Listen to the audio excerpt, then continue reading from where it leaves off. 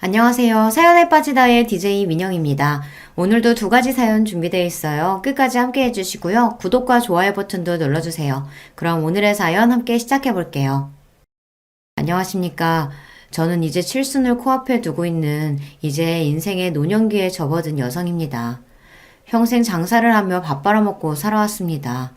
그러다 지금으로부터 약 10여 년 전 모든 속세와의 인연을 끊고 낯선 곳으로 들어갈 때까지만 하더라도 제가 이 나이까지 살아 숨쉬리라고는 생각조차 하지 못했죠.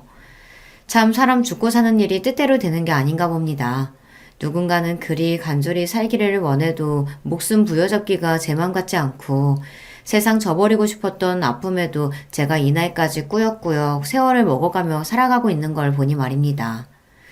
요즘 들어 주변인들의 소개로 이 채널을 통해 여러분들의 살아가는 이야기를 듣고 있자면 세상엔 나만큼이나 파란만장한 인생을 살고 계신 분들이 참 많다는 생각이 들어요.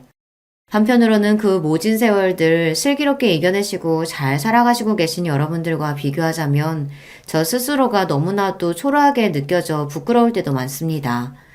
저 역시 저를 귀하게 여겨주는 사람들 애를 어지간히 썩히면서 살아왔거든요.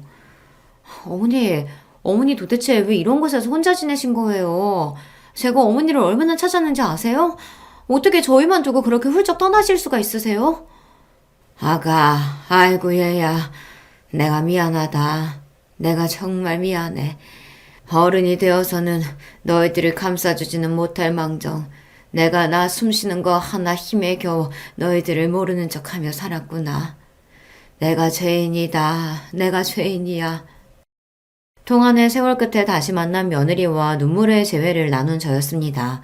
입이 10개라도 그 아이에게는 할 말이 없지만 그럼에도 불구하고 저 스스로를 위한 변명을 하자면 그렇게라도 하지 않으면 단 한순간도 제대로 숨을 내뱉을 수가 없었어요. 마음속으로 세상 버릴 각오까지 해놓고서는 저도 모르게 숨통 트일 구석을 찾았던 모양입니다. 대체 사람이 어떤 일을 겪으면 이렇게까지 하나 싶으시겠죠.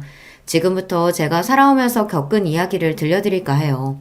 말솜씨 없는 부족한 늙은이의 이야기지만 잘 들어주셨으면 좋겠습니다. 젊은 나이에 남편을 만나 아들 녀석 하나 낳고 다복하게 살던 시절이 저에게도 있었습니다. 그러다 제 남편 건강이 악화된 것은 저희 아들인 선우가 채 석도를 맞이하기도 전이었습니다. 원래부터 남편이 그리 강골인 편은 아니었어요. 왜소한 체격에 바깥 활동을 좋아하기보다는 책을 보거나 서류를 들여다보는 일이 더 적성에 맞았던 남편이었습니다. 하지만 저 때만 하더라도 몸 쓰는 일은 사무직 일에 비해 다소 경시되던 상황이었고 저나 저희 친정 부모님이나 사람 점잖고 머리에 든 것도 많았던 남편과 맺어진 것을 만족스럽게 생각하고 있었습니다. 결혼 생활 역시 평온했어요. 감정 기복이 심한 사람이 아니다 보니 집에서 큰 소리 날 일도 별로 없었습니다. 시댁에서야 저희 서구 낳고 나서는 손 귀한 집에 손자까지 떡하니 안겨주었다며 며느리인 저를 예뻐해 주셨어요. 덕분에 감사하게도 시집살이 역시 모르고 살았습니다. 제 비슷한 또래의 여자들이 시어머니 시집살이에 마음고생을 적잖이 하는 사람들이 많다는 걸 생각해보면 저는 여러모로 운이 좋은 편이었어요. 비록 그런 시부모님께서도 저희 결혼한 지 얼마 되지 않아 차례로 지병으로 일찍 떠나고 마셨지만 말입니다. 결혼을 하기는 했지만 저희 나이대와 지금보다 훨씬 일찍 결혼했잖아요. 짧은 시간 안에 양친을 모두 잃은 남편의 상심 역시 컸습니다. 이 나이 먹고 우리 서구 아버지가 되었는데도 부모를 잃는다는 건 참 가슴이 휑하니 비는 기분이야. 항상 부모님께 심적으로 의지를 많이 했지만 나도 이 정도까지일 줄은 몰랐어. 그러게 말이에요. 두 분 다 참 좋으신 분이셨는데 우리 서구 커서 장가가는 것까지 봐주셨으면 얼마나 좋으셨을까. 저 역시 그런 남편을 진심으로 안타까워했습니다. 제 남편에게 따스하고 정 많은 성정을 물려주신 만큼 제게도 정을 많이 주신 시부모님이셨으니까요. 초저녁부터 꾸벅꾸벅 졸고 있는 서구를 바라보며 남편이 다짐했습니다. 나는 나중에 우리 서구가 젊은 나이에 이런 상실감 느끼지 않도록 정말이지 오래오래 우리 아들 곁에 있어줘야겠어. 버팀목이 될 수 있는 부모로 오래 곁을 지켜주는 것도 부모된 도리로서 자식에게 해줘야 할 일인 것 같아. 당신 말 잘했어요. 그러니까 앞으로는 술도 좀 줄이고 담배도 끊고 우리 서구 장성하는 거 보려면 그래야 되지 않겠어요? 애주가까지는 아니더라도 식사 때마다 반주를 곁들이기 즐기는 남편에게 은근한 눈총을 주던 저였기에 남편 말에 반색을 했습니다. 어찌되었든 남편 곁에 오래 머물러 주려고 마음먹은 남편이었으니 제 마음 역시 흡족할 수밖에 없었죠. 하지만 사람의 수명이라는 것이 어디 제 마음대로 되는 일이랍니까? 아무리 자기 자신의 것이라지만 인간의 생로병사만큼은 자기 스스로도 어쩔 수 없는 세상 이치인 법이죠. 가슴이 아팠다는 것은 남편에게는 그 시기가 너무 이르게 찾아왔다는 겁니다. 여보, 당신 괜찮아? 세상에 낯빛 좀 봐. 대낮에 남편 직장으로부터 걸려온 전화에 불이 나게 달려간 병원에서 남편 낯빛을 보고 그만 심장이 쿵 떨어지는 것 같았습니다. 남편의 병명은 급성 심근경색이었어요. 지금이야 병원도 잘 되어 있고 심장 관련 질환도 미리 대비하면 충분히 관리할 수 있지만 당시로서는 남편처럼 이른 나이에 심장병이 오는 경우가 많지는 않았습니다. 저희 부부 입장에서는 청천벽력과도 같은 소식이 아닐 수 없었어요. 괜찮아, 여보. 창백하게 질린 낯빛으로도 놀란 저부터 달래는 남편이었으나 남편이 자리를 털고 일어나는 일은 결코 벌어지지 않았습니다. 그렇게 남편의 투병 생활이 시작되었죠. 내가 당신 애를 너무 먹인다. 남편이 돼서 아내한테 의지가 되어주지 못할 망정 이렇게 짐이 되니 내가 정말 미안해 여보. 도대체 무슨 소리라는 거야. 부부끼리 그런 말이 어딨어. 그런 말 할 시간에 더 힘내서 밥이라도 한술 더 뜨고 나랑 살살 산책도 다니고, 응? 정말이지 혼신의 힘을 다해 간병에 제 모든 열의를 쏟았습니다만 남편의 병세는 좋아질 기색을 보이지 않았어요.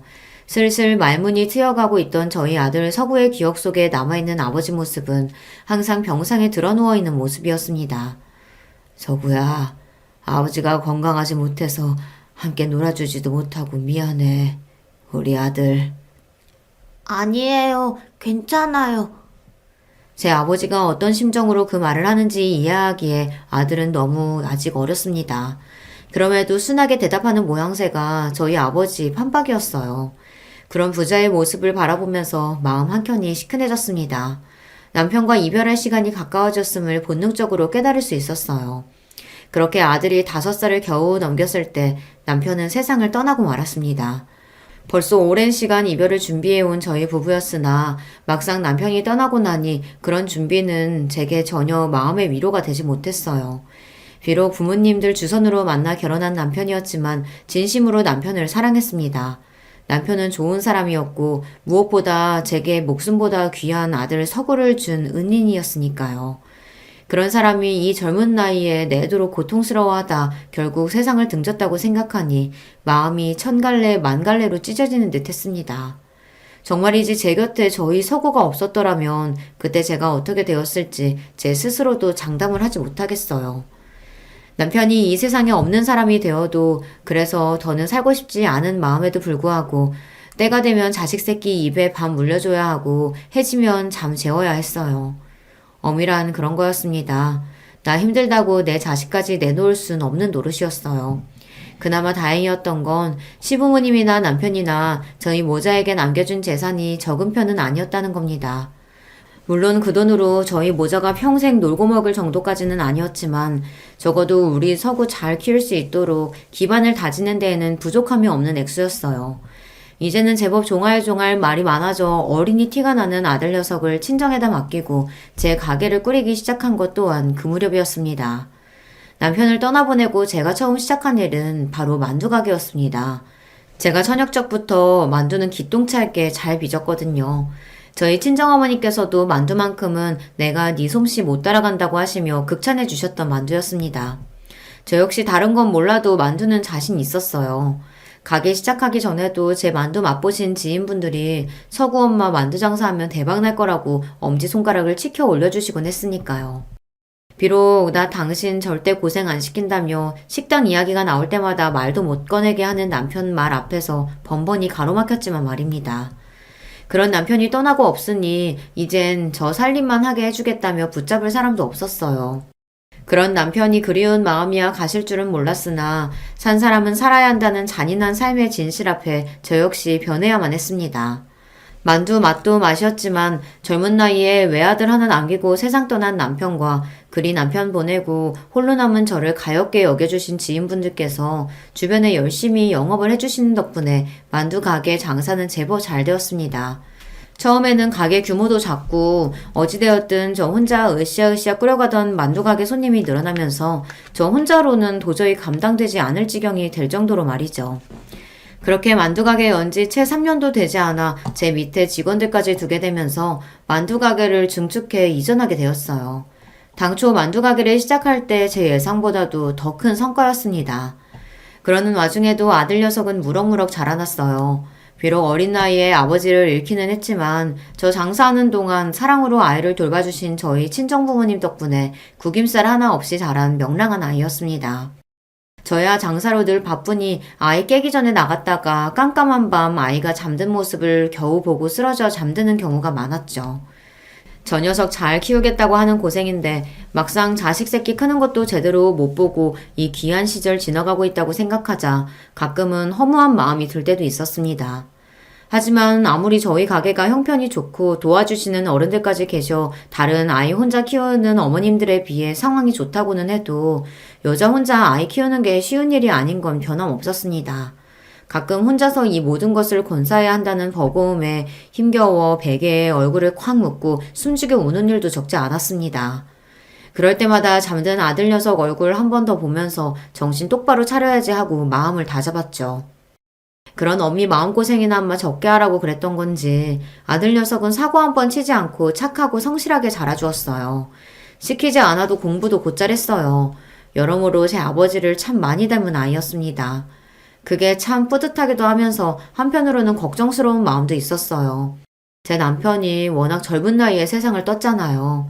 저희 친정부모님께서 갖고의 노력으로 아이 튼튼하게 키우려고 온갖 좋은 것들 먹이고 신경을 쓰셨기에 아이가 약한 것까지는 아니지만 그렇다고 아주 튼튼한 편도 아니었어요.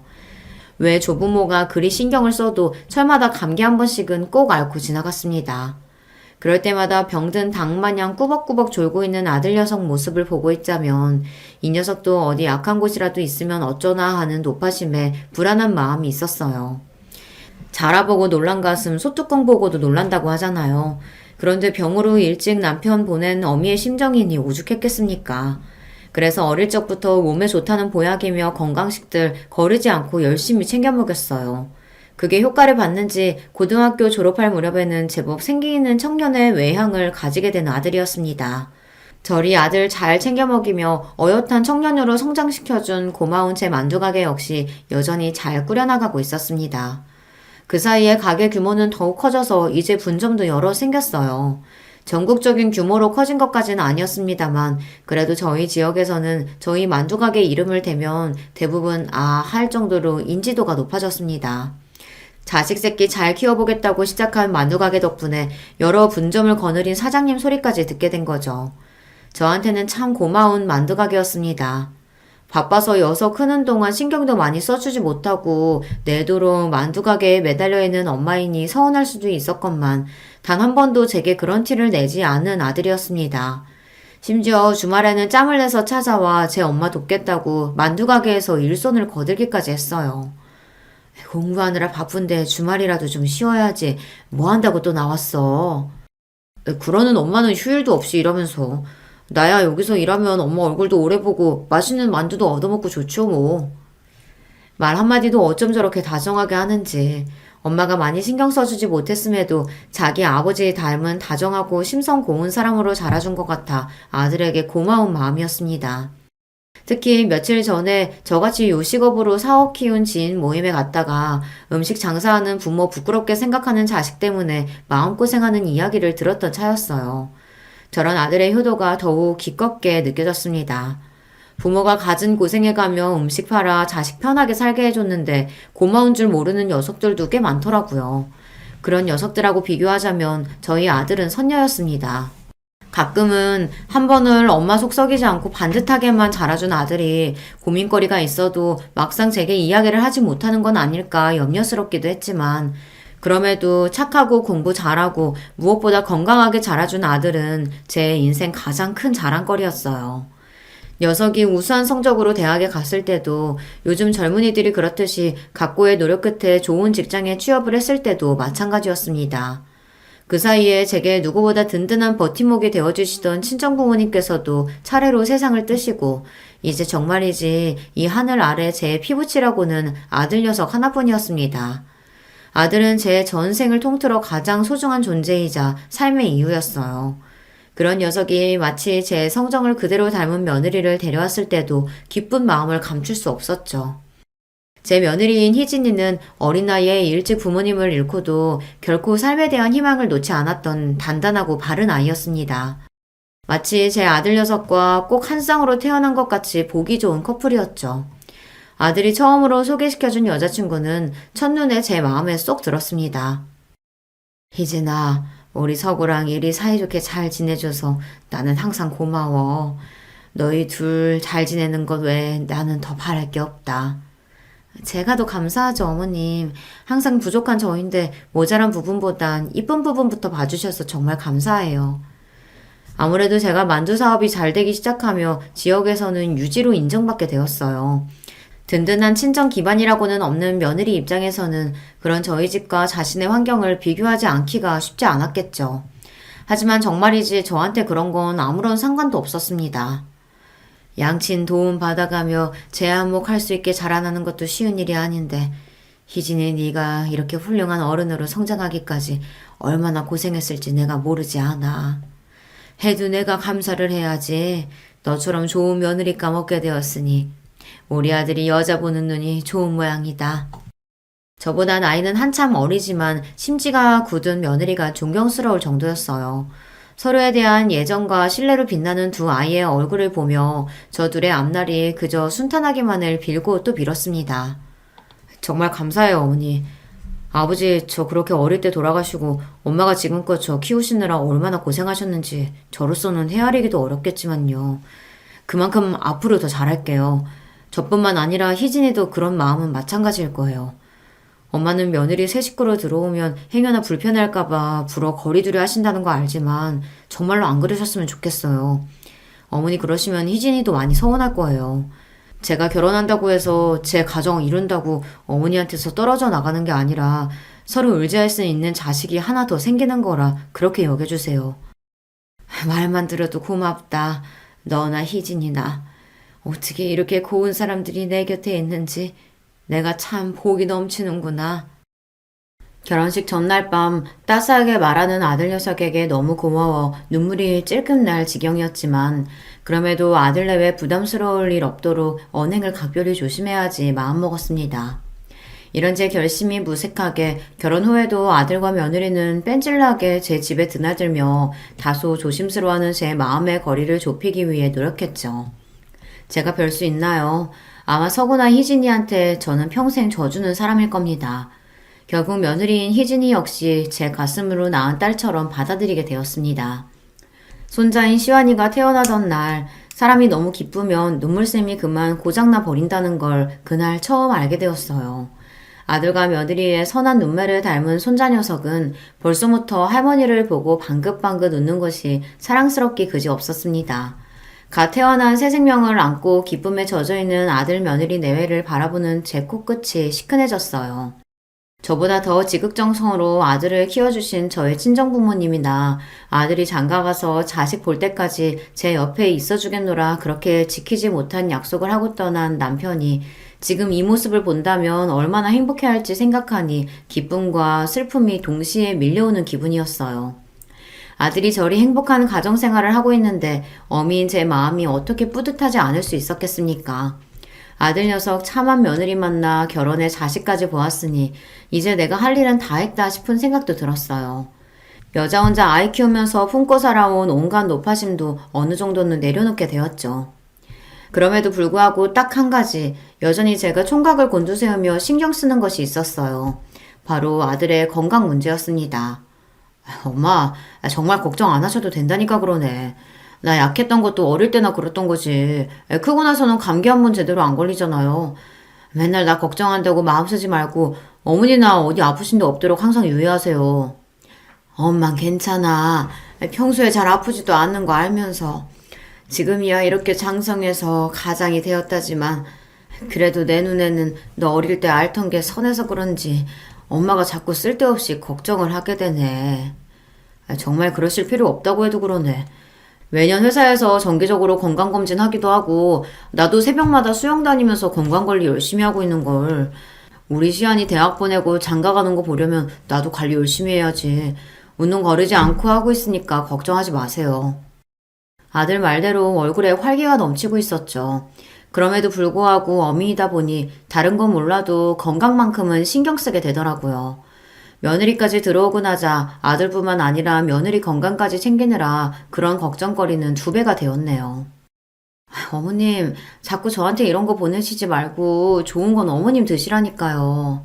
나도 먹었어. 나 챙기는 김에 너희들 것도 챙겼으니 아까워하지 말고 부지런히들 먹어. 철마다 온갖 보양식이며 기운 떨어질 만한 시기에 보약 한 제 지어 보내는 건 여전했습니다.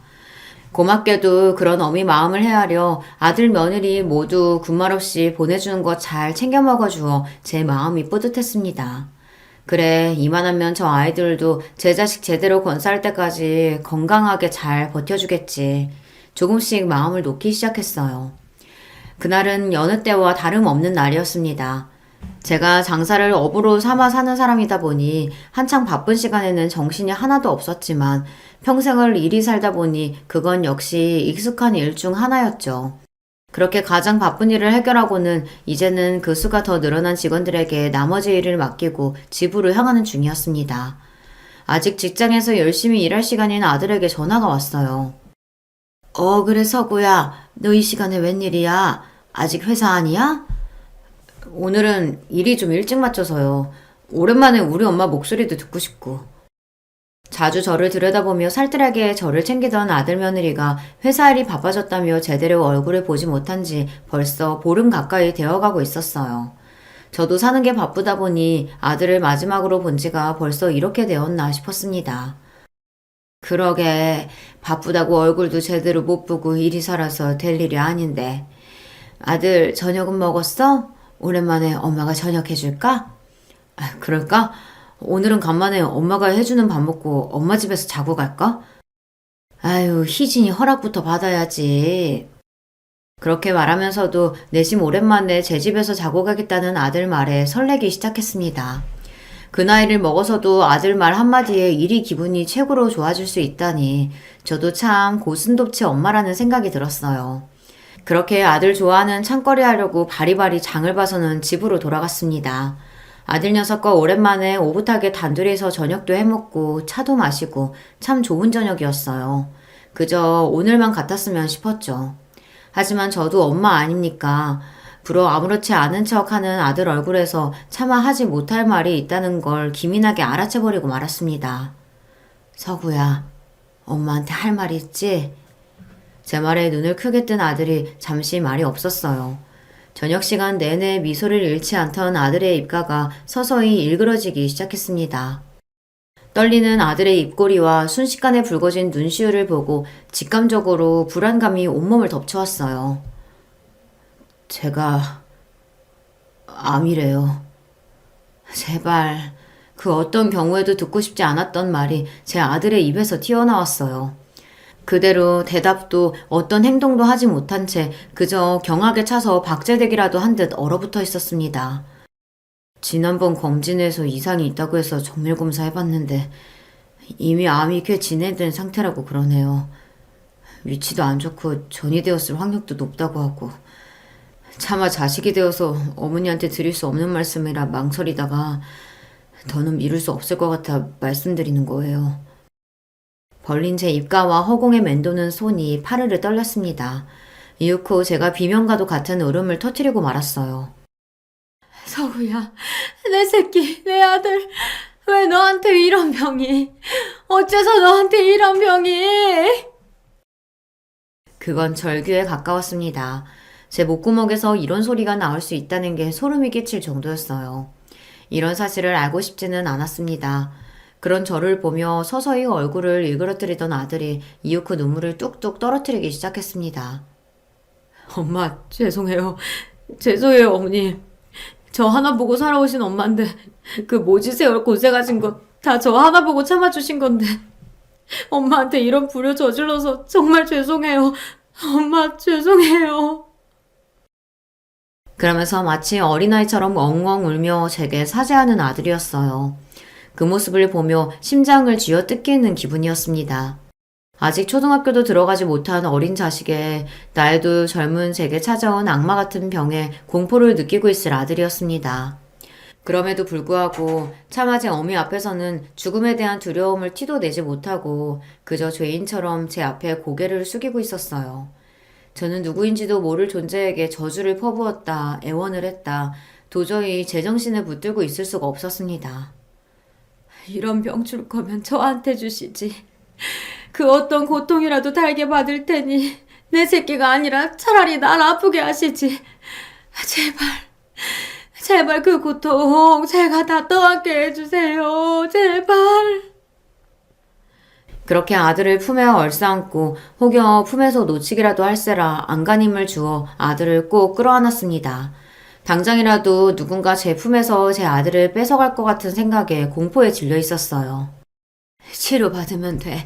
요새 을술이 얼마나 좋은데 이 어미가 무슨 짓을 하서라도 너 잘못되지 않도록 뭐든 할 거야. 악마한테 영혼을 팔아서라도 너 살릴 거야. 그러니까 울지 마. 울지 마, 서구야.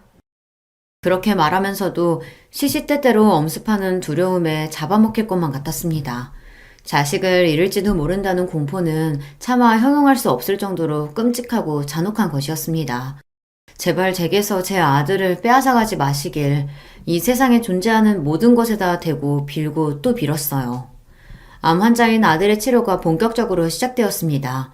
역시 얼마나 많이 울었는지 토끼처럼 눈이 새빨개진 며느리였지만 어느 때보다도 굳건하고 담대한 표정을 짓고 있었습니다.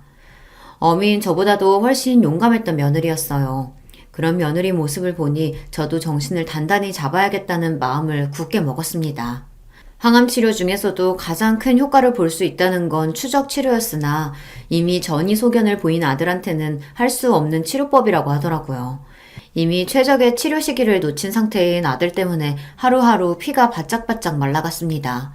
평소에 건강관리에 소홀했던 아이도 아니고 정기적으로 검사를 했음에도 불구하고 사태가 이 지경까지 온 건 아들이 젊은 암 환자였다는 것도 한몫했습니다.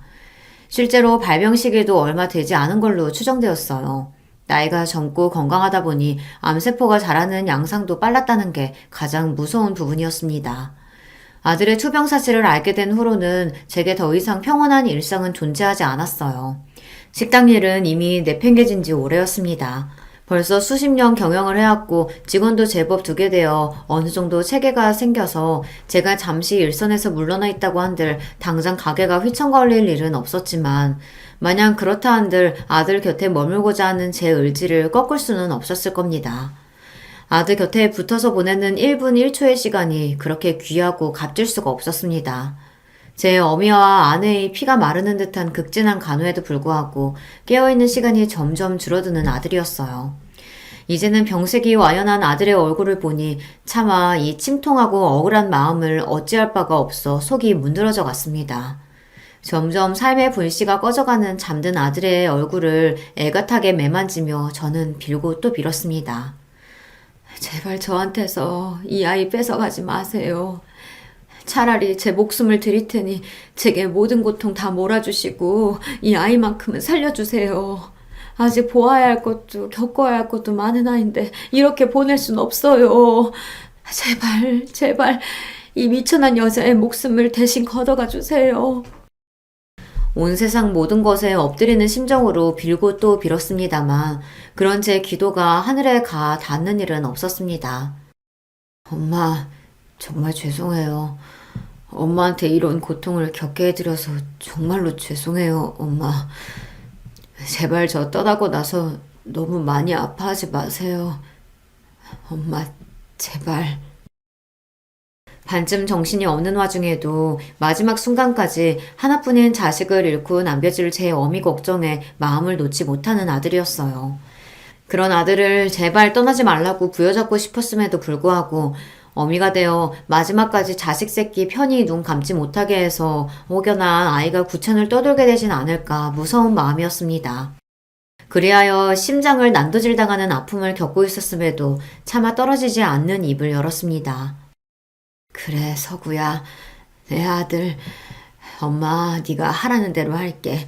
너 원하는 대로 다 할 테니까 제발 마음의 부채감 같은 거 단 한 점도 남겨두지 마. 응? 그렇게 말하면서도 도무지 이 믿기지 않는 현실을 받아들일 수가 없어 제 온몸이 벌벌 떨렸습니다. 조금 있으면 이 꺼질 것만 같은 숨소리조차 들을 수 없을 거라고 생각하니 벌써 제가 죽을 것만 같은 기분이었어요. 옆에서 남편의 임종을 지키고 있는 며느리 역시 제정신이 아닌 것 같았습니다. 이 순간만큼은 아들의 투병 생활 내내 이를 악물고 정신력으로 버티던 며느리도 차마 제 몸을 가눌 수 없는 것만 같았습니다. 벌벌 떨리는 며느리의 몸을 꽉 끌어안은 제 몸 역시 떨림이 멈추질 않았습니다. 그렇게 아들의 손에서 완전히 힘이 빠져나갈 때까지 목에서 피가 나도록 울음을 삼키고 또 삼키며 온 가족이 아들을 부여잡았습니다. 이렇게 간절한 마음으로 붙들고 있으면 잠시나마 아들이 좀 더 머물러 주기라도 할 것처럼 말이죠. 하지만 끝내 그런 일은 일어나지 않았어요. 그렇게 저는 제 평생의 사랑이자 제 인생의 버팀목이었고 나 자신보다도 더 귀중한 존재였던 아들을 떠나보내게 되었습니다. 막상 아들이 떠나고 나니 이 모든 현실이 제 것같이 느껴지지 않았어요. 아들이 떠났다는 것은 다 거짓말이고 갈 곳을 잃은 제 정신이 꿈속을 배회하는 것이 아닐까 그런 망상까지 하게 되었습니다. 저도 저지만 며느리 역시 실신하기 직전이었어요. 그런 며느리를 간신히 버티게 해주는 것이 바로 제 엄마 곁에 찰싹 붙어 앉은 손자 시완이었겠죠. 제가 남편을 잃고 혼자 남겨졌을 때 제 아들 서구 때문에 간신히 목숨을 지켜낸 것처럼 그때의 며느리도 그럴 거였습니다. 한편으로는 감히 그런 며느리에게 부럽다는 생각까지 들었어요. 새파랗게 젊은 나이에 남편을 잃은 고통이야 저 역시 겪어보았으니 그 참담함을 이해하지 않을 수 없었으나 아들 잃은 것은 정말이지 차원이 다른 문제였습니다. 아들의 숨이 멎은 이후로 제 인생은 그대로 멈춰버렸습니다. 그건 죽은 인생이나 다름없었습니다. 저는 닥치는 대로 세상에 존재하는 모든 것을 저주하기 시작했습니다. 그중 가장 저주스러웠던 건 다름 아닌 저 자신이었어요. 내 새끼가 더는 이 세상에 존재하지 않는다는데 아직까지 목숨을 부지하고 살아가는 저 자신이 혐오스러워 견딜 수가 없었습니다. 나를 데려가지. 끝내 어미 곁에 붙어있지 못할 것 같았으면 차라리 나도 데려가지. 서구야, 서구야. 차마 크게 내뱉지도 못하고 애타게 떠난 아들을 찾으며 저는 점점 죽어가고 있었어요. 하지만 고통은 지금부터 시작이었습니다. 에헤이, 엄마. 무거운 거 들지 마시라니까. 아들도 다 어디다 쓰려고요. 엄마, 오늘은 엄마 좋아하는 나물 비빔밥 해먹을까? 제 집 구석구석, 그리고 제가 평생을 일한 만두 가게까지 아들이 존재하지 않은 곳이 없었습니다. 정작 내 아들은 이미 세상을 떠났는데 제 눈이 닫고 제 귀가 열려있는 모든 곳에 아들이 함께하고 있었어요.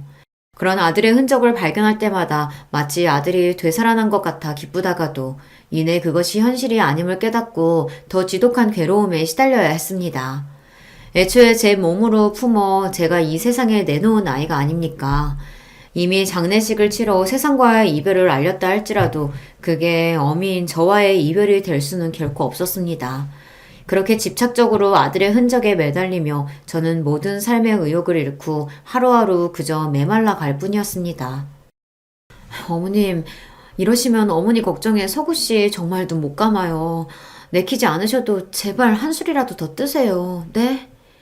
자기도 남편 잃고 숨쉬는 매 순간이 괴로울 텐데 자식 잃고 사람꼴이 아닌 시어머니를 살려보겠다고 발을 동동 구르는 가여운 며느리였습니다. 자식 먼저 앞세우고 살 자격도 없는 저 같은 못난 시어미 걱정에 눈시울을 붉히는 며느리 볼 낯이 없었어요. 그 옆에서 아버지의 죽음을 완전히 이해하지 못하지만 제 어머니와 할머니가 감당할 수 없는 슬픔에 잠겨있는 모습을 지켜보는 손자는 또 어떻고요. 먼저 자식 앞세운 것도 모자라 남아있는 며느리 손자에게까지 제 존재가 민폐되는 것 같아 제 목숨이 그리 하찮고 보잘것없게 느껴질 수가 없었습니다. 그 두 사람에게는 정말 면목이 없는 말입니다만 며느리와 손자 얼굴을 보고 있을 때마다 아들 생각을 더더욱 지울 수가 없어 고통에 몸부림쳐야 했습니다. 그 둘의 얼굴을 볼 때마다 저 둘과 함께 있는 시간에 가장 행복한 미소를 보였던 아들의 얼굴이 눈앞에서 떠나가질 않아 심장이 옥죄이고 애간장이 끊어지는 기분이었습니다. 제가 두 사람 앞에서 사라지기로 한 것은 아들을 잃은 형용할 수 없는 큰 상실감 때문이기도 했지만 이런 제 비겁한 마음 때문이기도 했어요. 이제와 말해봤자 그저 유약한 늙은이의 변명처럼 들리실지 모르겠으나 이런 제가 그들 곁에서 사라져 주어야 저 두 사람도 앞으로 새 출발하기 더 수월할 거라고 생각했습니다. 지금 당장에야 남편과 아버지를 잃은 슬픔에 잠겨있는 두 사람이겠지만 그 둘에게 남은 인생이 너무 길었어요. 특히나 며느리는 또 어떻습니까? 저 역시 남편 일찍 잃고 어린 자식 홀로 키워가며 살아온 사람입니다. 젊은 나이에 과부된 서름을 제가 이해하지 못하면 누가 이해할 수 있었겠어요. 우리 착한 며느리는 정 많은 아이니 홀로 남겨진 자식 잃은 시어머니를 외면할 수 있는 성정은 아니었습니다. 하지만 앞으로 남은 세월이 긴데 저 아이 영영 혼자 둘 수도 없는 노릇 아니겠어요. 그렇다면 언젠가 저 아이 제가 하는 모습을 지켜봐야 할 텐데 저로서는 도저히 그걸 지켜볼 자신이 없었습니다.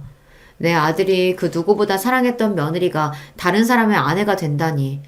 며느리 생각하면 차마 염치가 없는 이야기긴 하지만 그것까지 버틸 자신은 없었어요.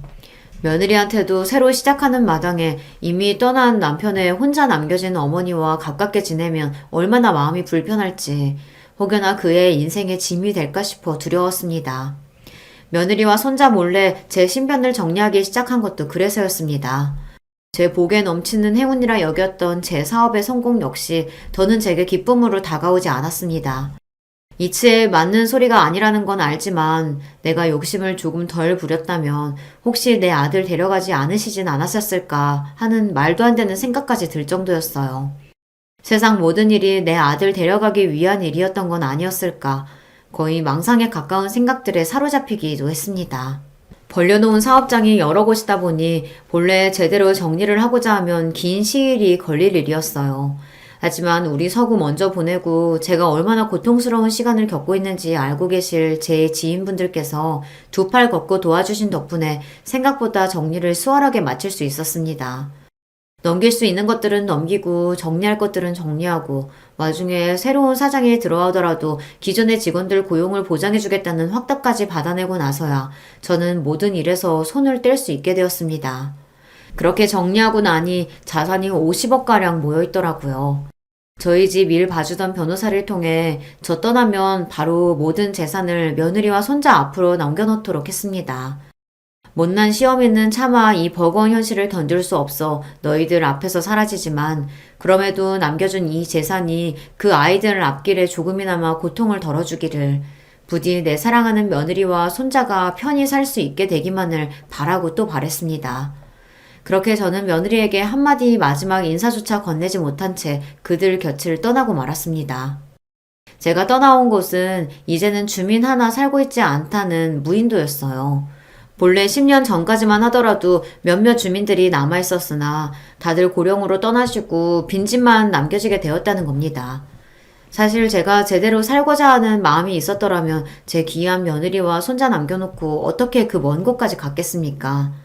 섬에 들어갈 때까지만 하더라도 저는 정말이지 딱 세상 버리고 싶은 마음뿐이었습니다. 나이도 있으신 분이 혹시 어디 편찮으시기라도 하면 어쩌시려고 저런 외진 섬으로 들어가세요. 그냥 바다 구경이나 왔다 생각하시고 한 바퀴 돌아보시고 나가시죠. 저를 섬까지 데려다 주신 선장님께서 걱정스러운 얼굴로 저를 바라보며 말씀하셨어요. 그 말을 듣자 그래도 저 섬에서 그냥 쓰러져 버리는 것도 나쁘지 않겠다는 생각이 들었습니다. 이제와 이 비루한 목숨 아까울 게 뭐라고 차마 스스로 끊지도 못하는 목숨 이대로 끊기면 우리 아들에게 닿을 수 있을까 생각했어요. 세상 모든 수심이란 수심은 다 떠하는 듯 얼굴꼴이 말이 아닌 나이든 여자가 무인도로 가자는데 그분도 걱정을 안 하실 수 없었겠죠. 하지만 그런 낯선 이의 친절을 감사한 마음으로 받아들일 마음의 여유조차 없는 저였습니다. 대꾸 없이 묵묵히 망망대해만 처연하게 바라보는 저를 보며 결국 선장님도 쯧쯧 혀를 차셨습니다. 저를 무인도에 내려놓은 선장님도 이내 떠나고 마셨어요. 그래도 그분이 참 인정이 많으신 분이에요. 반쯤 정신이 나가 섬으로 들어갔는데 제가 무슨 섬에서 살만한 채비를 제대로 했겠습니까? 선장님이 제 집 옆에 슬그머니 내려놓고 간 박스 안에는 간단한 요깃거리부터 랜턴이나 작은 모종삽 같은 섬살이 필수품들은 물론 본인 연락처가 담긴 쪽지까지 담겨 있었습니다. 그때야 차마 염치가 없어 감사 인사도 전하지 못했지만 그 물건들로 처음 섬살이를 시작한 며칠 동안 간신히 연명한 저로서는 그분께 감사를 드리지 않을 수가 없습니다. 그렇게 제 섬 생활이 시작되었어요. 처음 며칠은 끝도 없이 펼쳐진 바다가 한눈에 내려다 보이는 대청마루에 넋을 놓고 누워서는 해가 떴다 지고 또 해가 떴다 지는 것만 하염없이 바라보고 있었습니다. 걷기조차 끊고 그저 이 잔인한 시간이 지나가기만을, 끝날 거라면 차라리 한순간이라도 더 일찍 끝나기만을 바랬어요. 그렇게 며칠이 지났을까. 너무 오랫동안 먹은 게 없어서 배가죽이 아프다 못해 슬슬 감각이 없어지고 눈앞이 핑핑 돌기 시작했습니다. 그때 선장님이 주신 박스가 제 눈에 들어왔어요. 허겁지겁 박스를 열어 며칠 동안 씻지도 않은 손으로 정신없이 입에 빵 조각을 주워 넣으면서 저는 아들이 떠난 이후 가장 큰 소리로 온 세상이 떠내려갈 듯 통곡을 하기 시작했습니다. 아들을 떠나보내기 전까지 정말이지 눈물샘이 마르지 않도록 많은 눈물을 흘렸는데 정작 아들이 가고 나서는 차마 시원하게 울어보지조차 못했던 저였습니다. 제가 통곡을 하는 순간 정말로 아들을 잃었다는 사실을 인정하게 될까봐 두려웠어요. 그러다 막상 죽음의 문턱에 가까워졌다고 생각하니 저도 모르게 반사적으로 생에 대한 의지가 다시금 샘솟으며 그동안 억눌러왔던 감정이 한꺼번에 터져나온 것이었습니다.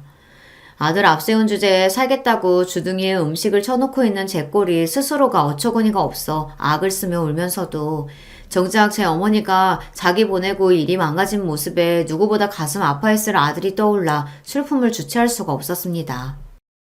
온몸의 모든 물기가 다 빠져나가도록 시원하게 우러제끼고 나니 조금은 숨통이 트이는 것도 같았습니다. 그리고는 아들의 마지막 말이 다시금 떠올랐죠.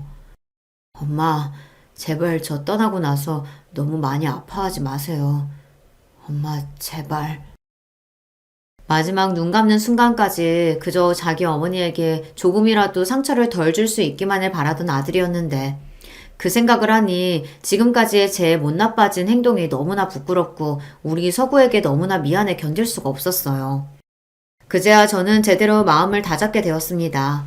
내게 얼마의 시간이 주어졌을지는 모르지만 내게 주어진 시간이 다해 우리 아들 곁으로 가는 그 순간까지 아들이 바라던 대로 그저 슬픔에 침잠해 인생을 갉아먹고 있지 말고 의연히 살아보겠다고 말이죠. 그렇게 무려 10년에 다다른 제 섬생활이 본격적으로 시작되었습니다. 그러나 아무리 마음을 그렇게 먹었다곤 하나 자식 앞세운 어미라는 것은 변함없는 사실이었기에 그 세월이 항상 평화로울 수만은 없었습니다. 어느 날은 좀 살만하다가도 어떤 날은 또다시 창자가 끊어지는 듯한 극심한 고통과 아들에 대한 그리움에 정신을 놓아버릴 때도 있었어요. 그런 견딜 수 없는 날에는 차라리 슬픔에 온몸을 맡기고 제 감정을 인정하기로 했습니다. 그렇게 곧 죽을 것만 같은 시간이 끝나면 또다시 처음 섬에 왔을 때처럼 아들의 마지막 말을 떠올리며 다시금 마음을 다잡고 그러기를 수백 번, 수천 번을 반복했을 겁니다. 섬이라고는 평생 경험해 본 적도 없는 제가 그래도 굶어 죽지 않고 그 긴 시간 동안 지낼 수 있었던 건 역시 따스하고 인정받는 사람들 덕분이겠죠. 처음 저를 섬에 데려다 주셨던 선장님도 가끔씩 저를 들여다봐 주셨습니다. 무인도라고는 하나 근처에는 주민수가 제법 되는 작은 섬들이 여럿 있었기에 지나는 길에 이 늙은이까지 신경을 써주신 겁니다. 그분 통해서 근처에서 일 보시는 분들도 잊을만 하면 한 번씩 저를 들여다봐 주시는 바람에 큰 탈 없이 지낼 수 있었던 거죠. 참으로 감사하고 또 감사한 인연입니다. 그날 역시 제가 손수 농사지어 만든 소박한 밥상으로 끼니를 해결하고 여느 때처럼 평화로운 바다를 물끄러미 내려다보고 있었습니다. 저쪽에 통통 배가 들어오는 것이 보이기에 오랜만에 선장님이 저를 찾아주셨나 싶었습니다. 욕이라도 하셔야지 싶어 겨우내 말려두었던 꽃감을 두어 개 뽑아 접시에 받쳐들고는 터벅터벅 배 대는 곳까지 내려갔습니다. 낯익은 성장님 얼굴을 여상하게 바라보던 제가 그만 그 자리에 우뚝 멈춰서고 말았습니다. 서구, 우리 서구가 왜? 선장님 뒤에 우뚝 서 있는 청년은 분명히 우리 아들 서구였습니다. 꿈에서조차 단 한시도 잊은 적 없던 내 아들을 제가 알아보지 못할 리가 없었어요. 머리로는 그럴 리가 없다고 부정하면서도 심장은 당장이라도 입 밖으로 튀어나올 듯 요동치기 시작했습니다. 말도 안 돼. 이런 일은 우리 서구 우리 아들 장례까지 치렀는데? 그렇게 반쯤 미친 사람처럼 중얼거리고 있는데 우리 서구 뒤에 튀어나오는 한 여인이 그제야 제 시야에 들어왔습니다. 어머니! 울부짖으며 제게 달려오는 그 여인은 다름 아닌 제 며느리 희진이었습니다. 10년 세월 동안 그의 눈가에도 주름이 잡혀 이제는 중년으로 들어선 모습이었으나 그럼에도 제가 그 애를 어떻게 못 알아볼 수 있겠어요. 갑작스럽게 나타난 그리워 마지 않던 이의 얼굴에 어쩔 바를 몰라하는 저를 며느리가 있는 힘껏 끌어안았습니다. 어머니, 어떻게 이렇게 사람 하나 없는 외딴 섬에 왜 이런 곳에 혼자 계신 거예요? 우리 시완이 두고 저를 두고 어떻게 이러실 수가 있어요, 어머니? 제가 도망이라도 갈까 싶었는지 늙은이 몸을 바스러지도록 끌어안은 며느리가 통곡을 하며 제게 원망을 쏟아냈습니다. 그렇게 끌어안긴 채로 아들이 있는 쪽을 바라보니 그제야 그 사람이 제대로 보이기 시작했어요. 분명 우리 서구와 쏙 닮은 얼굴이었으나 이제 보니 갓 20을 넘겼을까 싶은 앳된 모습이었습니다. 맞아요. 순간 제 아들로 착각할 정도로 제 아들을 쏙 빼다 닮은 제가 떠나있던 10년 동안 이제는 장성한 청년이 되어버린 제 손자 시완이었습니다. 역시 떠난 아들이 아니었음을 깨닫자 다시금 슬픔의 눈물이 흘렀습니다. 그러면서도 제가 사랑한 제 아들의 모습을 그대로 간직한 무려 10년 만에 만난 손자를 보자 샘솟는 사랑에 애틋한 마음이 넘쳐흐를 것만 같았습니다. 그렇게 며느리와 시간이 얼마나 흐른지도 모를 정도로 지난 세월의 회환과 그리움을 눈물로 쏟아내고서야 자초지정을 들을 수 있었어요. 어머니 사라지시고 제가 지금껏 전국에 수소문해보지 않은 곳이 없었어요. 차마 이 먼 무인도까지 들어오셨을 줄은 저 선장님 아니셨으면 영영 몰랐을 거예요. 애끓는 저희 사연을 곁에서 묵묵히 듣고 계시던 선장님이 말씀하셨어요. 네, 아주머니 보통 사연 지닌 분 아닐 거란 생각은 했지만 모진 세월 견디느라 참 고생 많으셨겠소. 이제 며느리 마음고생 그만 시키고 손자랑 며느리 따라 올라가세요. 그 말에 제가 고개를 푹 숙였습니다. 무려 10년입니다. 저 살겠다고 생떼 같은 손자와 며느리 내팽개치고 여기까지 도망친 주제에 이제와 무슨 염치로 저들을 따라간단 말입니까? 하지만 며느리는 단호했습니다. 어머니 모셔갈 거 아니었으면 애초에 어머니 찾을 생각도 안 했을 거예요. 미안한 게 있으시면 제 곁에서 갚으시고 저도 그동안 저희 두고 가신 서운한 마음 어머니한테 다 풀 거예요. 행여나 안 가시겠다는 말씀은 하실 생각도 마세요. 오랜만에 만나는 할머니라 어색해 쭈뼛대면서도 손자도 살포시 제 손을 잡으며 말했습니다. 할머니, 저랑 같이 살아요. 어릴 때 저 많이 예뻐해 주셨잖아요. 저도 할머니랑 같이 살고 싶어요. 네? 차마 염치가 없으면서도 제가 손자인 시완이 부탁을 거절할 수 있는 날은 결코 오지 않으리라는 걸 직감했습니다. 저 역시 이제는 떠난 우리 아들 서구가 남겨준 저 귀한 인연과 더는 떨어져 살고 싶지 않았습니다. 그렇게 저는 장장 10여 년의 섬생활을 마치고 며느리와 손자 손에 이끌려 다시금 아들과 함께 있던 그곳으로 돌아가게 되었습니다. 돌아간 그곳에는 여전히 아들의 흔적으로 넘쳐났어요. 하지만 이제 그것이 꼭 가슴을 찢는 아픔으로 느껴지지만은 않았습니다. 그곳은 제 아들과 제가 소중한 추억을 쌓은 공간이자 제 아들이 가장 사랑한 아내와 아들과 행복한 시간을 보낸 고마운 곳이니까요.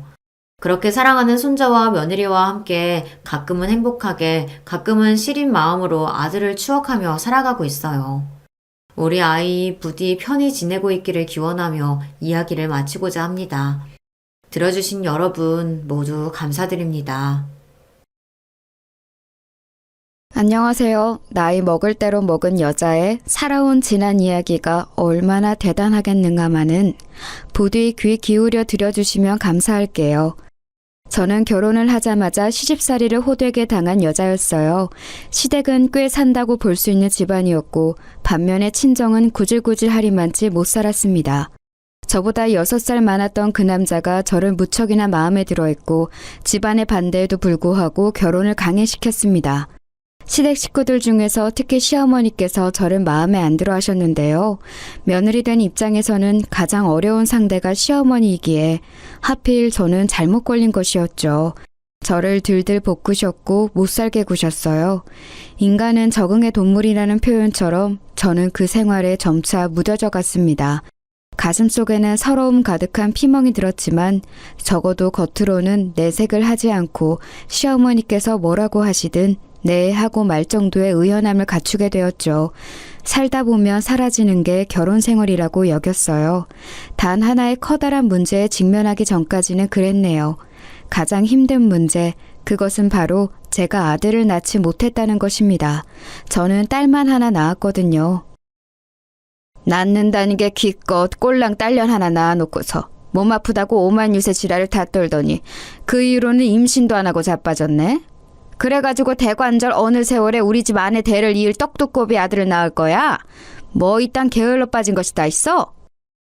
제가 둘째를 임신 못하는 상황을 두고 게을러 빠졌다고 욕을 하신 시어머니.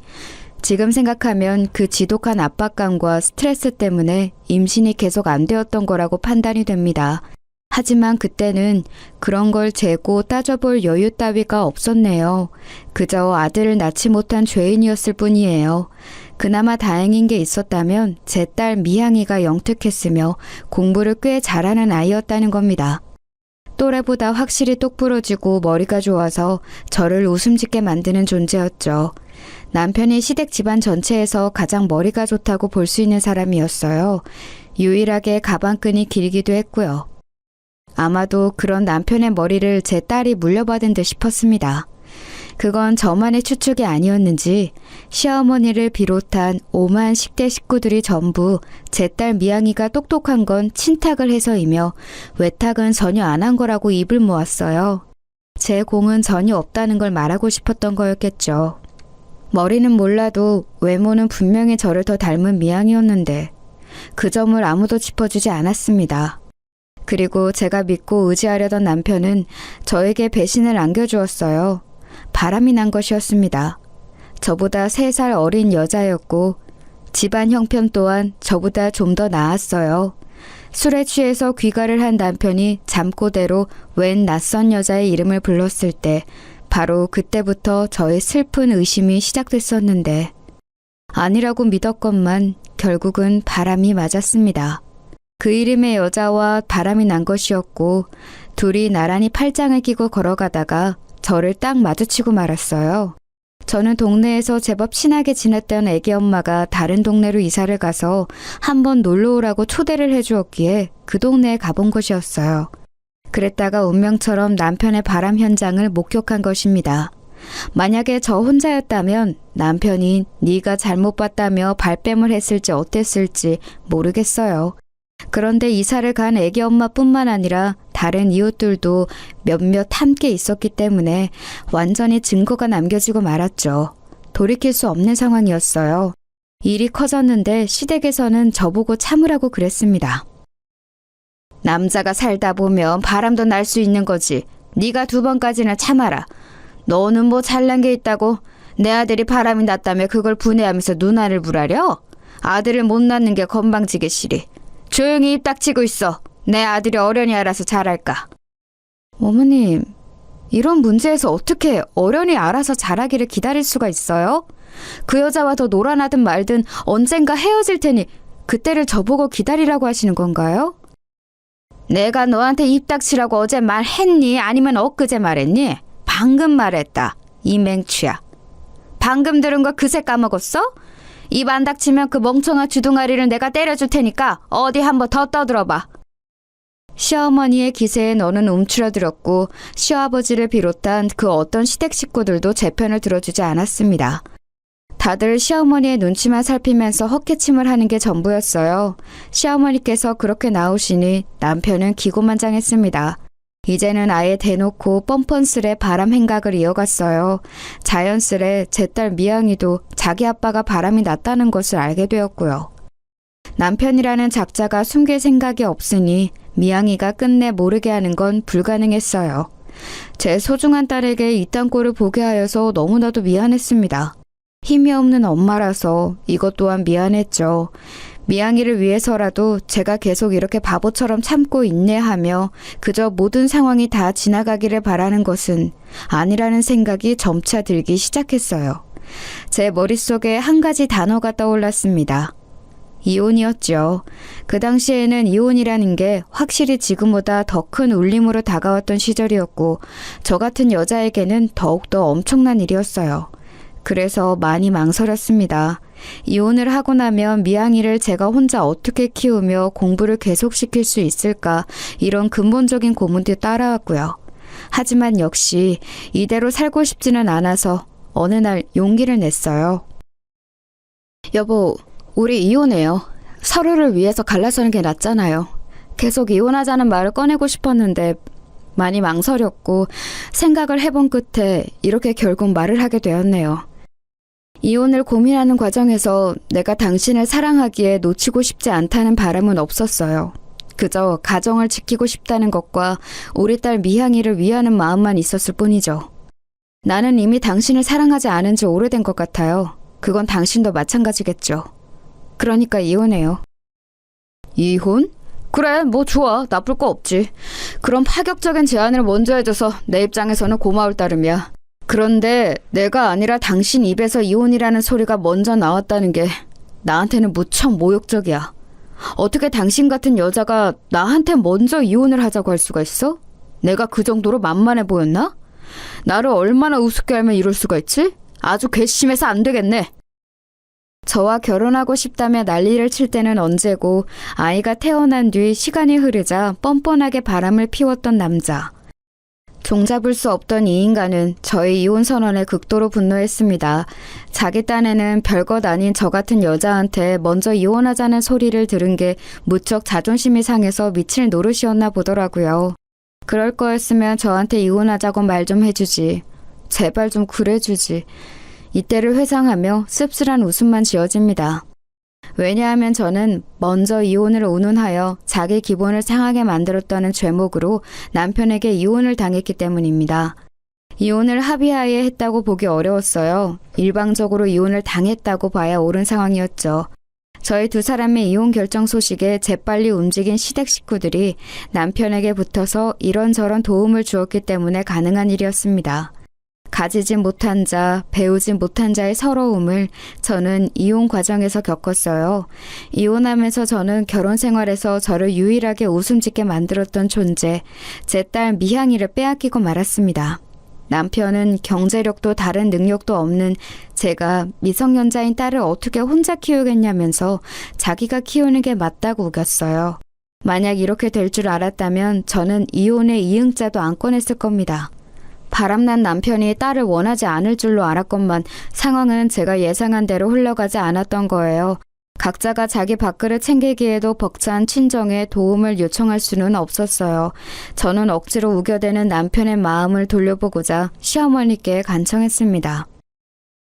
어머님, 제발 미양이는 제가 키울 수 있도록 해주세요. 제가 아이 엄마잖아요. 동네 사람들한테 제가 언뜻 들은 적이 있는데 아이가 어린 상태에서 부부가 이혼을 하면 보통 엄마 쪽에 양육권이라는 걸 갖는다고 그랬습니다. 제가 미양이를 키우는 게 당연해요. 그런데 그이가 너무 완강하게 우겨대니까 혹시 이 싸움이 길어질까 봐서 그게 걱정이에요. 그러면 길어지는 부모의 이웃 싸움에 미양이가 얼마나 상처를 받겠어요. 그러지 않도록 해주세요. 네? 어머님이 제발 그이의 마음 좀 돌려주세요. 어머님도 그이가 새 출발하기를 원하시잖아요. 다 알고 있어요. 뭐 그건 그렇긴 한데 미양이가 기집애라서 그거 하나가 좀 걸릴 뿐. 애가 똑똑하잖아. 자기 아빠 닮아서 공부를 퍽 잘하는 것 같던데. 솔직히 내가 보기에는 내 아들보다 공부를 더 잘하는 것 같기도 하고. 아무튼 너하고 네 딸은 달라. 네 딸은 우리 집안의 피를 강하게 받았어. 지금 그게 무슨 말씀이시죠? 설마 미양이를 제가 키우는 것을 어머님도 반대를 하시겠다는 그건 아니시죠? 너도 잘 생각해라. 공부 잘하는 딸 대학까지 잘 보내고 싶으면 그 안 돌아가는 대가리를 잘 좀 굴려보라고. 네가 데리고 키워봤자 뭘 어떻게 잘해줄 수 있는데. 애가 공부하다가 모르는 게 있다고 물어보면 대답을 해줄 수 있기를 해. 아니면 그런 궁금증 싹 다 가시게 해줄 좋은 학원을 여러 군데 보내줄 수 있기를 해. 하나밖에 없는 딸 자식 앞길 망치지 말고 생각 잘하는 게 좋을 거야. 나도 솔직히 내 아들이 애 딸린 이혼남 되는 거 싫은데 내 소녀에 대한 일망의 정, 안타까움 이런 게 있어서 하는 소리야. 미양이 입장에서는 너랑 사는 게 장기적으로 독이야. 독! 그것도 맹독! 그야말로 청천벽력이었습니다. 그 소리를 듣는 순간 억장이 무너지더라고요. 저와 같이 살다가 꼭 저처럼 구질구질한 인생을 살게 되는 미양이의 미래가 눈앞에 그려졌고 저는 좌절감에 털썩 주저앉고 말았습니다. 시어머니께서는 그런 저에게 혀를 끌끌 차신 뒤 냉정하게 돌아서셨죠. 그게 제가 시댁에 갔던 마지막 날이었고 시어머니를 마지막으로 뵌 자리였습니다. 터덜터덜 집까지 그 먼 거리를 걸어가면서 저는 생각하고 또 생각했어요. 무엇이 제 딸을 위한 길일까 한참을 생각해본 끝에 제 욕심을 접기로 했습니다. 제 주제에 딸을 데려가 혼자 키우려고 했던 것은 순전히 제 욕심에 지나지 않았음을 인정하였죠. 저는 남편에게 앞으로 미양이를 잘 키워달라고 당부했습니다. 지금까지보다 더 아껴주고 위해달라고 하였고 남편은 제가 미양이를 멋대로 찾아오지 않고 제 인생만 조용히 산다면 제멋집 딸내미 부럽지 않게 잘 키우겠다고 했어요. 저는 그러겠노라 약속하였죠. 이혼은 그렇게 마무리되었습니다. 남편에게 이혼 이야기를 꺼낼 때 상상하였던 그림과는 정반대였네요. 당당하게 미양이를 데리고 제2의 인생을 개척하러 떠나는 저의 모습을 잠시 그렸었건만 현실은 저 혼자 비참하게 떠나는 모습이었어요. 제 딸 미양이는 그런 저를 붙잡았습니다. 엄마, 왜 저를 두고 가세요? 저도 데리고 가세요. 엄마 없이 앞으로 저 혼자 어떡하라고? 혼자라니 네가 혼자야. 아빠가 계시잖아. 앞으로 아빠하고 잘 지내면 돼. 싫어요. 저는 엄마하고 살 거예요. 아빠 말고 엄마와 살고 싶다고요. 엄마, 그냥 저도 데리고 가주시면 안 돼요? 땡깡 부리지 않을게요. 밥 투정도 안 할게요. 사고도 안 칠 거고 그냥 조용히 공부만 열심히 할게요. 그러니까 제발 저 좀 데리고 가주세요. 네? 아니, 안 돼. 왜냐하면 내 인생에는 네가 필요 없기 때문이야. 네가 있으면 걸리적거려. 나도 이제 내 인생 좀 멋지게 살아보고 싶은데 네가 끼어들면 그게 어려울 것 같거든. 그러니까 너를 데려갈 수 없어. 앞으로 네가 어떻게 살든 나는 상관 안 할 테니까 열심히 잘 살아. 나는 나대로 잘 살아갈게. 엄마, 제가 혹시 엄마한테 잘못한 거라도 있었어요? 죄송해요. 다시는 안 그럴 테니까 용서해 주세요. 저 두고 가지 마세요. 엄마! 미양이가 울면서 외쳤지만 저는 냉정하게 돌아섰습니다. 저를 잡는 손길도 떼어냈고요. 그리고 집에서 한참 멀어지고 나서야 길바닥에 주저앉아 머리가 깨질 것처럼 아파올 때까지 울었습니다. 지나가던 사람들이 놀라서 저에게 다가왔다가 제가 가슴을 치면서 울자 안 됐다는 말들을 하면서 물러갔지요.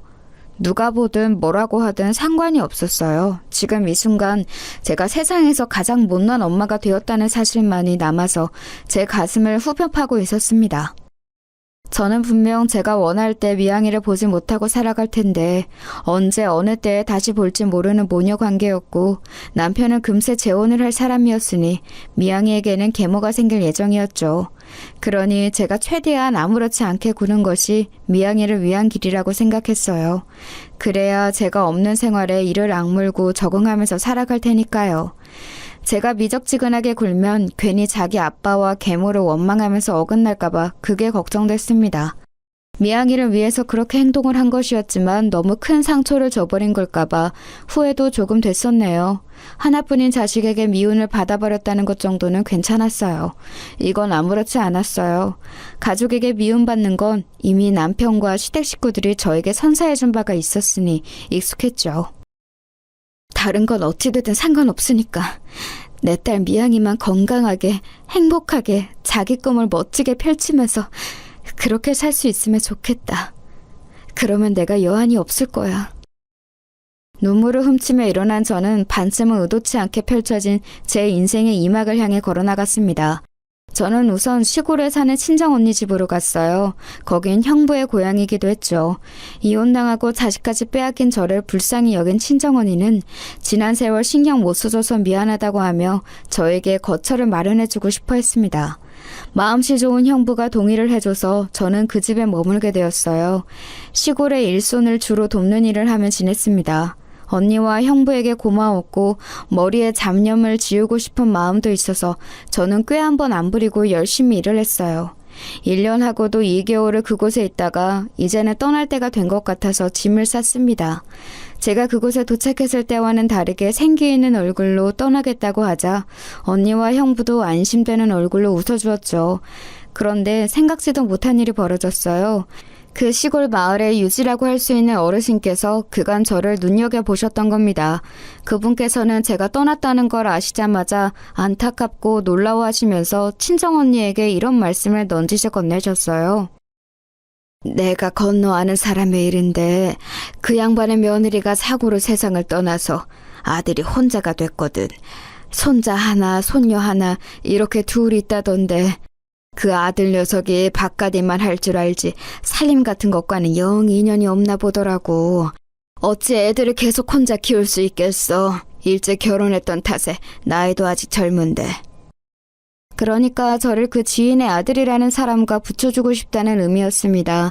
친정언니에게서 그 이야기를 전해들은 저는 황당무계한 이야기라고 생각했고 그대로 대답을 해주려고 그랬어요. 하지만 뭔가 제 입에서 머뭇거림이 먼저 나갔습니다. 거절의 말이 얼른 안 나가더라고요. 아주 이상한 일이었죠. 제가 망설이는 사이 친정언니가 남녀 일은 생각처럼 어차피 흘러가지 않으니 부담 가지지 말고 그 상대와 한번 만나서 인사나 나눠보는 게 어떻냐고 그랬습니다.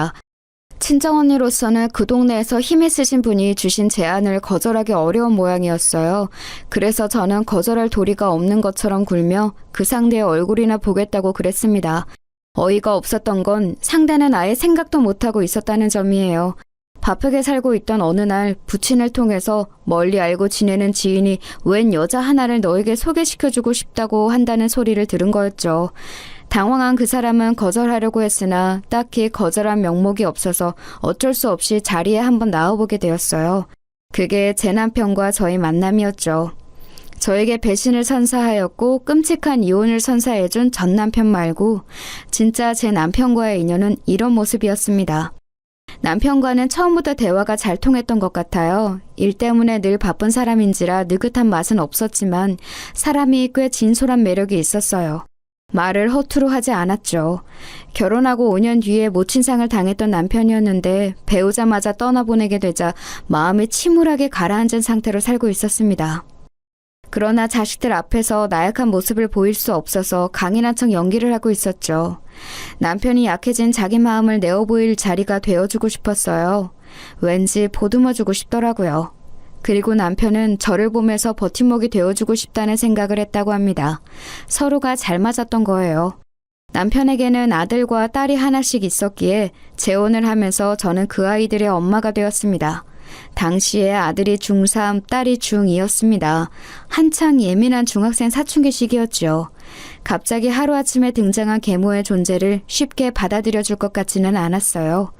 그래서 애초에 큰 기대를 내려놓았으나 상상 이상으로 아이들은 거칠었습니다. 남편의 앞에서는 어느 정도 저를 대우해 주었으나 남편이 없는 자리에서는 숨겨진 발톱을 드러냈었죠. 아들이 저를 비꼬면 옆에서 딸은 맞장구를 치다 못해 한수를 더 떴습니다. 아줌마, 우리 집 재산 노리고 아빠하고 재혼하신 거죠? 그런데 이걸 어쩌나? 생각만큼 우리 집에 그렇게 잘 살지는 않은데. 이거 완전히 개고생만 하다가 허탕치시겠는데요? 아줌마네 집은 엄청 못 살죠? 척이면 척이지.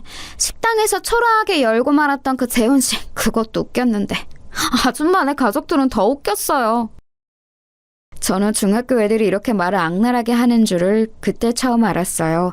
다 큰 성인들이 작정하고 남에게 상처를 주는 것에 비견될 정도로 대단하더군요. 다만 아직 미성년자 학생인 만큼 치기 어린 마음만 앞설 줄 알았어요. 그러니까 자기가 정확히 어떤 말을 하고 있는지 알지 못한 채 그저 되는 대로 떠드는 모습들이었습니다. 처음에는 애들의 거센 말투에 놀랐고 상처도 받았는데 시간이 지나면서 그런 모습들이 파악이 되니까 저도 나름의 여유가 생겼던 것 같아요. 남편이 걱정을 할까봐 굳이 그런 것들을 다 알리지 않았던 게 초반의 이유였다면 적응을 마치고 나자 제 선에서 애들을 상대하고 싶다는 생각이 들어서 남편에게 이런 것들을 다 말하지 않았습니다. 마음껏 비웃고 저를 조롱하는데도 제가 의연하게 웃어 보이자 애들은 점차 주춤대기 시작했어요. 표정들을 보면 이게 아닌데 하는 생각들이 느껴졌죠.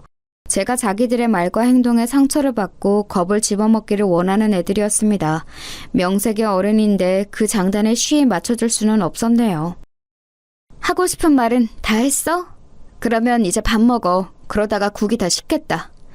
너희들이 좋아하는 감자 계란국 지난번보다 맛있게 해보려고 노력을 하기는 했는데 맛이 어때?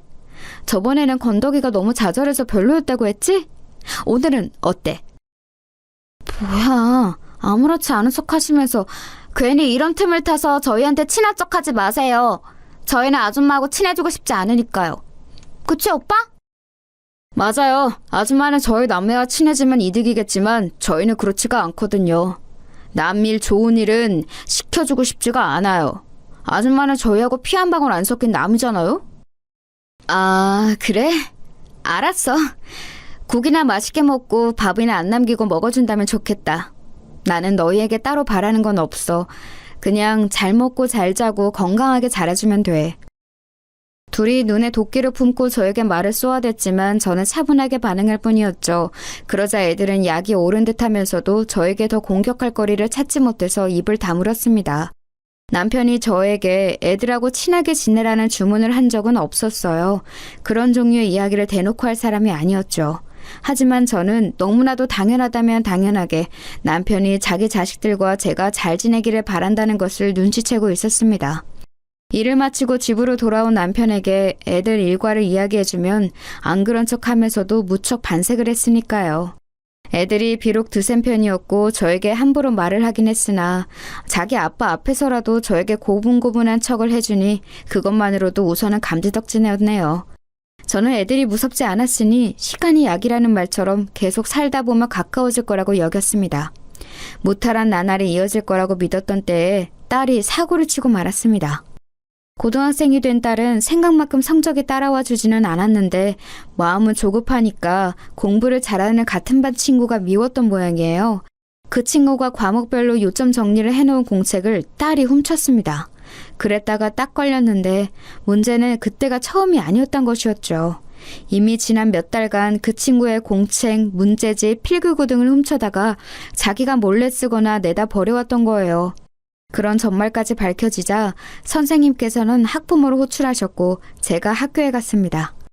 선생님께 사과를 드리고 재발 방지를 약속하는 그런 과정만 머릿속에 그리고 간 저는 당황하고 말았어요. 피해 학생의 양친이 학교에 와 계셨습니다. 그리고 딸은 분한 얼굴로 입술을 꾹 다물고 눈물만 뚝뚝 흘리고 있었어요. 그런 쪽에 문외한인 제가 보기에도 비싼 명품인 것들을 몸에 두르신 피해 학생의 모친께서는 딸에게 삿대질을 하시며 앞길을 망쳐놓겠다고 하셨습니다. 너같이 싹수 노란 애는 커서도 똑같겠지. 갱생이라는 게 안 될 거야. 학교 측에서 교칙 따져가며 내리는 징계? 눈물 어린 사과? 그딴 거 다 필요 없어. 나는 네가 대학을 가든 취업을 하든 결혼을 하든 그때마다 네가 도둑년이라는 걸 널리 알릴 테니까 어디에서 무엇을 하든 얼굴을 못 들게 다니게 해줄게. 감히 내 딸의 학업을 그따위로 방해해놓고도 두 다리 뻗고 잘 생각을 했다면 너는 크게 착각한 거란다. 이 천하의 몹쓸 도둑년아. 너 같은 쓰레기 종자를 낳고 키운 부모 면상이 참 궁금하다. 듣는 것만으로도 심장이 아려오는 모진 소리였습니다. 억장이 무너진 채로 그곳에 다가간 제가 피해 학생의 양친을 향해 정중하게 인사를 드렸습니다. 조용한 목소리로 제가 엄마입니다 라고 하자 그 두 분도 움찔하셨지만 제 뒤에선 딸이 흠칫하는 게 느껴졌어요. 정말 죄송하게 생각합니다. 전부 다 제 불찰입니다. 제 딸은 영특하고 착한 아이예요. 다만 공부 욕심이 많고 때때로 의욕이 넘쳐서 충동적인 일을 벌일 때가 있습니다만 그뿐이에요. 이렇게 멀쩡한 아이를 결코 옳지 못한 행동을 하도록 만든 원흉이 바로 저입니다. 예? 그렇다면 혹시 어머니께서 그거 훔쳐라 저거 훔쳐라 이렇게 지시라고 하셨다는 건가요? 아니요, 그런 의미는 아니었습니다. 저는 제 딸이 그런 잘못을 저질렀는지 몰랐어요. 지난 몇 달간 눈치조차 채지 못했죠. 그러니 저의 잘못입니다. 학교에서 무슨 일이 있었는지 들여다보려고 노력하지 않았고 안일하게 지나치고 말았던 부족한 엄마의 잘못이에요. 아직 미래가 창창하고 꿈이 많은 아이입니다. 부디 마음 너그러이 써주셔서 제 딸이 그릇된 행동을 교정하고 옳게 된 앞날을 살아갈 수 있도록 그 미래를 온전히 누릴 수 있도록 부디 이번 일을 용서해 주세요. 감히 용서를 구합니다. 부탁드려요. 다시는 이런 일이 일어나지 않도록 제가 더욱 노력하는 엄마가 되겠습니다. 다시 한번 제 딸이 저지른 잘못에 대해 죄송하다는 인사를 전합니다.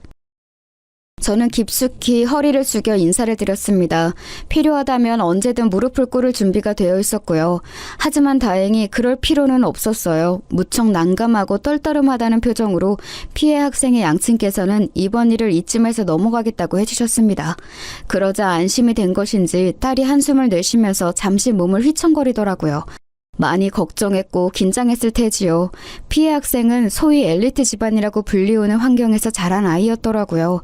집안에 든든한 백이 여럿 있었으니 딸에게 보복을 가하는 것도 어렵지 않은 일이었습니다. 그런데 무사히 상황 정리가 된 거였어요. 저는 딸에게 이제 괜찮다는 표시로 어깨를 두드려 주었지만 딸은 자존심이 상한다는 얼굴로 제 손을 쳐내더니 교무실을 떠나서 교실로 가버렸습니다. 그리고 남겨진 저에게 피해 학생의 모친께서 슬그머니 다가오시더니 이런 말씀을 남기셨어요. 제가 전에 친엄마가 돌아가셨다는 것 같던데 그럼 어머니께서는 새엄마이신 거죠? 조심하세요. 오시기 전에 무슨 일이 있었던 줄 아시나요? 저희한테 돈 많다고 떵떵거리지 마라. 어차피 목숨은 똑같이 한 개다. 이런 소리를 했습니다. 아휴, 저는 그게 왠지 섬뜩하게 들리더라고요. 저는 그냥 맞장구를 치듯이 네 하고 말았지만 왠지 그 문장을 곱씹어보자 조금 무섭게 느껴지기도 했습니다. 하지만 깊이 생각하면 저에게 득이 될 게 없을 것 같아서 그러지는 않았네요. 딸을 도와주었던 그 사건 이후 남편이 저에게 보내는 신뢰는 더욱 깊어졌고 딸은 더 이상 제 면전에 대고 조롱하며 비꼬는 행위를 하지 않았습니다. 오만방자한 그 태도는 여전했지만요. 수험생 신분을 방패 삼아서 왕노릇을 하였던 아들은 수능을 코앞에 두고서는 더욱 예민하게 굴었어요. 아줌마, 호박 좀 먹고 싶어서 해달라니까 지금 이게 뭐예요? 장난하세요? 일부러 저 엿먹이려고 이러시는 거죠? 호박 중에 팥이 왜 이렇게 많아? 이 콩들은 또 뭐고? 건강 생각해서 넣어봤는데 마음에 안 드니? 입맛에 안 맞아? 그 콩은 두뇌에 좋다고 유명한 거라서 공부하는 데 도움될까봐 일부러 구에다가 넣어본 건데 맛이 별로면 건더기는 빼고 먹어. 생각해서 넣는다고 넣은 건데 내가 괜히 그런 것 같다. 미안해. 다음에는 호박죽 건더기 없이 정말 깔끔하게 맛있게 해줄게. 지금 나랑 어디 한번 해보자는 건가? 건더기는 빼고 먹으라고? 그럼 나보고 직접 건더기를 분리하라는 거잖아. 그건 당신이 해야지 이 아줌마야. 진짜 엄마도 아닌 주제에 나댈 때부터 알아봤어야 했는데 어떻게 하면 이렇게 단 한 구석도 쓸모가 없지? 쓸모가 없다는 말.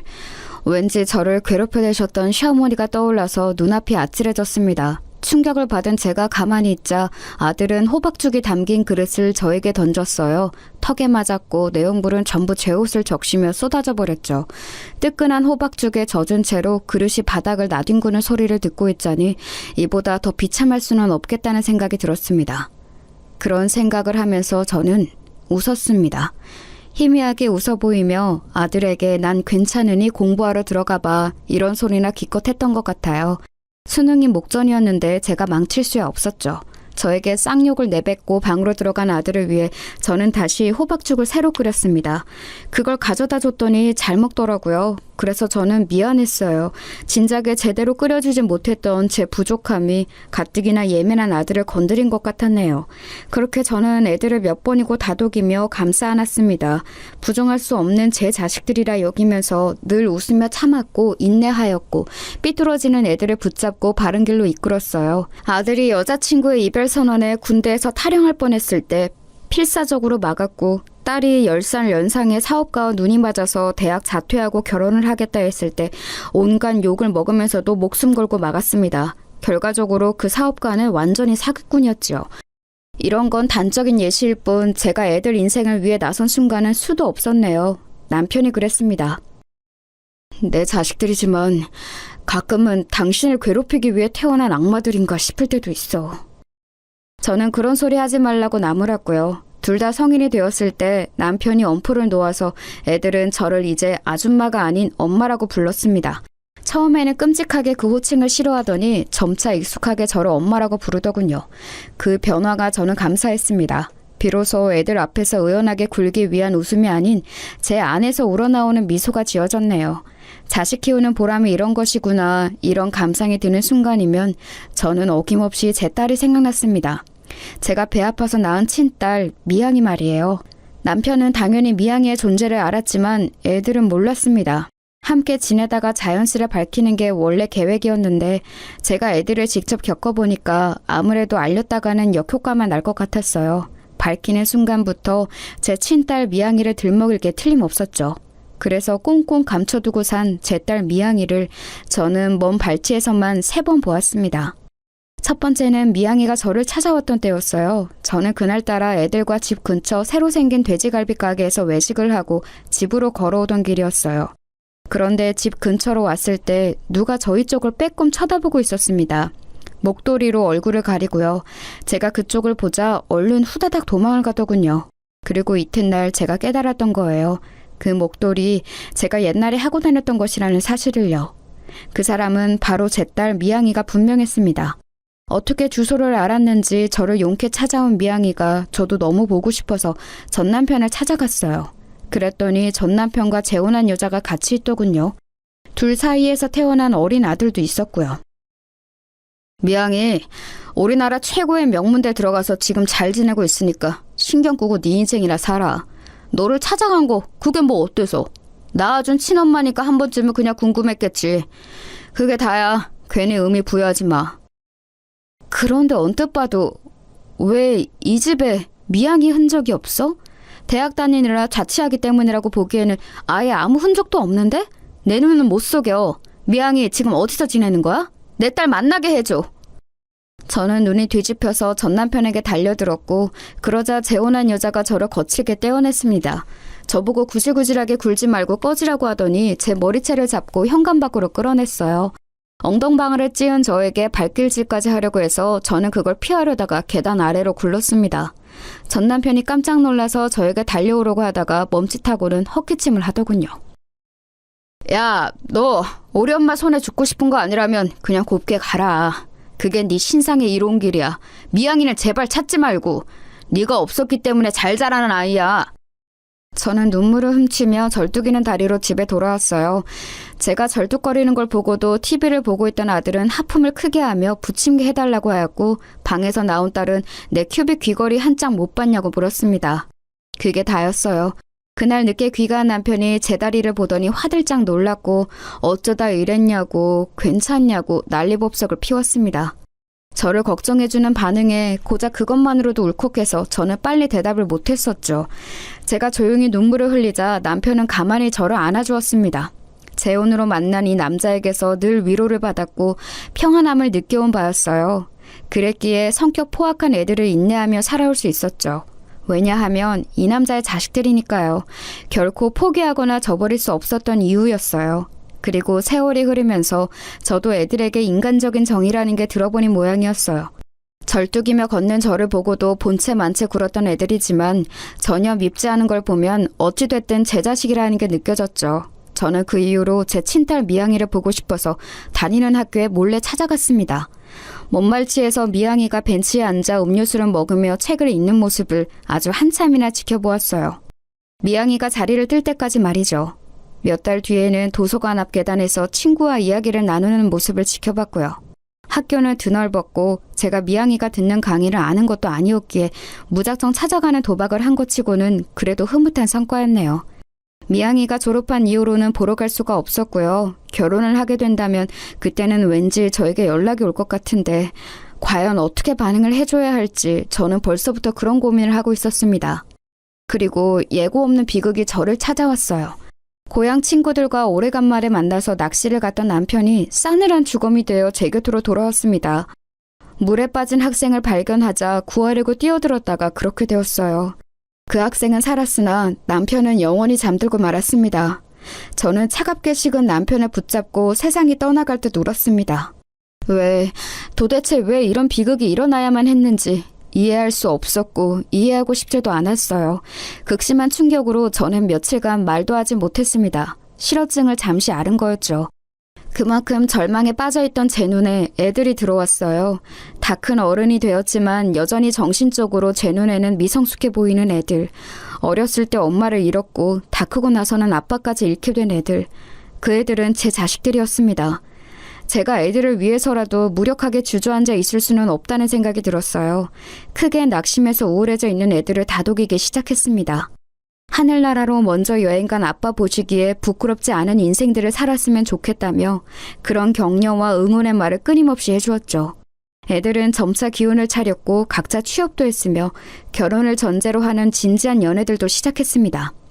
남편이 떠난 이후에 진작에 내놓았던 집은 급한 게 아니었으므로 가격을 낮추지 않았는데 꽤 오래 걸려서 매매가 되었어요.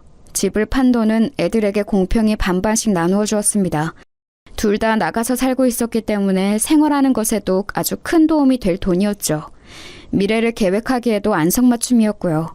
다만 저에게 애들이 지나가는 말로나마 저는 제 몫을 챙기지 않아도 되냐고 물어보지 않는 게 살짝 서운했네요. 시간이 지나자 제가 먼저 연락하지 않으면 연락을 하지 않는 애들의 태도에도 왠지 섭섭함을 느꼈고요. 그러던 어느 날 저는 아주 오랜만에 건강검진을 받아보았다가 제가 암에 걸렸다는 사실을 알게 됐습니다. 그것도 말기였어요. 몸이 안 좋다고는 생각했었지만 암과 연결 지어볼 생각은 한 적이 없었기에 하늘이 무너지는 듯 했습니다.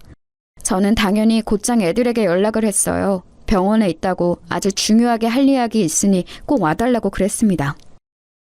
내가 암에 걸렸대.